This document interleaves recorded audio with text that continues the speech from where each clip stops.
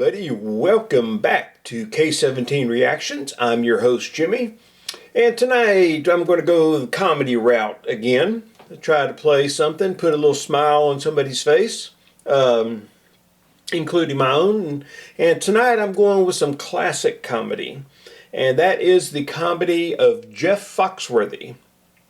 Now, although it is Jeff Foxworthy, I'm not doing You Might Be a Redneck. The skit I'm doing tonight is his jokes and his stories about the facts of life.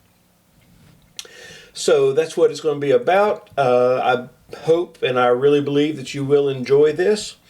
It's just good old down-home country comedy from him. And before we get into it, if you like what I'm doing here on the channel, please hit that like button. Also share, comment, and subscribe.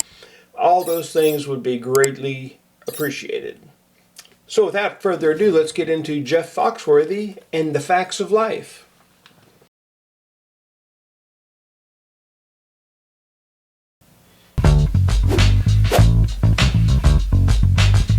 But they have a rule in my neighborhood: if you walk your dog and your dog does his business in somebody else's yard, you need to get a little plastic bag, pick it up, and dispose of it. And I know the dogs are confused. The dog's like, wait a minute, you're taking it back home? Why did we have to walk 3 blocks? I could have pooped in the living room, saved us both some embarrassment. What a stupid rule. Why would they have us pick it up? It's fertilizer. It makes the grass grow. Lord, it's not like some child is going to step in it. A kid hadn't played in the yard since 1982.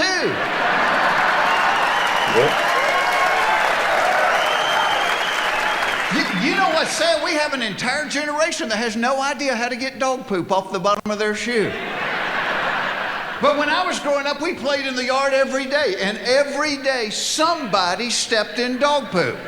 And when it was your turn, you knew what to do about it. You would hobble over to the curb and scrape the biggest part off on the edge of the curb.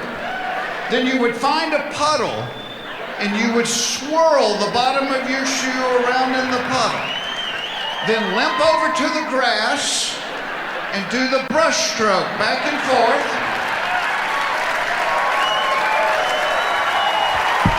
Then you would find a little bitty piece of stick and you would sit down on the curb and you would pick it out of the zigzag pattern on the bottom. Then you wore those shoes to church the next day. And nobody in that church knew you'd stepped in dog poop. See, when it comes to technology, my wife and I laugh about this because we're in our mid-50s, and my wife says we are the bologna in the technology bologna sandwich. We're right in the middle because our parents can't text and our children can't write. My kids don't even think you need to study. They're like, Dad, if you want to know something, you just Google it. And to a point, they're right. I mean, when I was growing up, if you were watching TV and somebody said, what was that guy in? You'd go, well, he looks familiar. That was it. Now you're watching TV, somebody goes, what was that guy in? Somebody goes, he was the janitor on Joey. Of course he was. But I try to tell my kids, I said, yeah, there's a lot of stuff you can learn from Google. I said, but there's just as much stuff you can't learn from Google. You only learn it from life experience. You'll usually learn most of it the hard way. It's stuff that's not Googleable. I don't know if that's a word. But I call them the facts of life. It's stuff you can't Google. Like this, fact of life. If you are trying to get to the bathroom in an emergency situation, it is not a wise idea to unbutton your pants in transit trying to save a couple of seconds. Because the muscles that guard the floodgates will interpret the unbuttoning as the signal to abandon their post. And the 2 seconds you saved on the button are nullified by the hour and a half you spend mopping and doing laundry. You only learn that the hard way. Fact of life. If you are going to see a scary movie at the movie theater, it will be much more entertaining if you can find a seat directly behind a group of black women.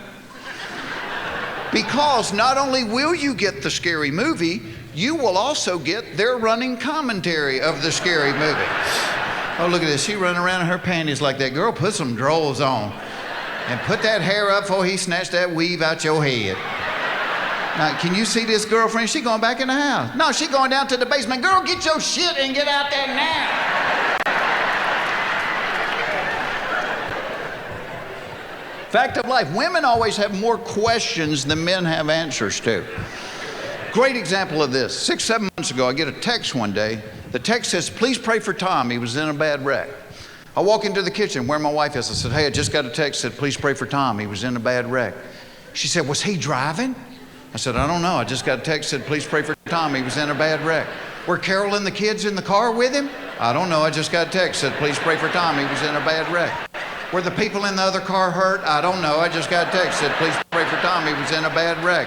What hospital did they take him to? I don't know. I just got a text that said, please pray for Tom. He was in a bad wreck. She said, well, you don't know anything. What do you know? I know you need to pray for Tom. I just got a text said he was in a bad wreck.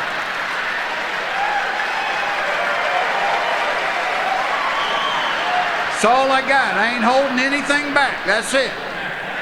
People pointing at each other here.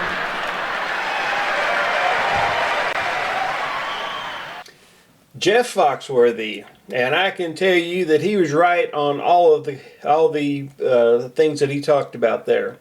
The dog poop thing, growing up, playing out there in the yard, I don't care. There could be one thing of dog poop in that yard, and 2 of us would step in it. But he was exactly right how you get dog poop off the bottom of a shoe. Oh man, that all that was really good and very accurate. And that's what I love. I actually heard Jeff Foxworthy years ago say this. He made the comment that the funniest things are true, are real life things. Because some of this stuff you can't make up. But yeah, really good. He, of course, his "You Might Be a Redneck" is his most famous running joke, if you want to call that he's famous for. But he is a really, really good comedian. For the most part, a very clean comedian. And you don't get a lot of that nowadays. But hope y'all enjoyed that. It's just trying to brighten your day a little bit with a little bit of comedy here. And before I go, let me just encourage y'all that, if you're struggling, if you're having issues, if you just don't think you can go on, just nothing goes right. Just know that there are people out there that can help you, that you can talk to, that can help you get through these situations. You're not alone. And let me encourage you also by saying this, that there is a friend out there who sticks closer than a brother. And that friend will always be there for you. People leave him, he doesn't leave people. So be encouraged. Till next time.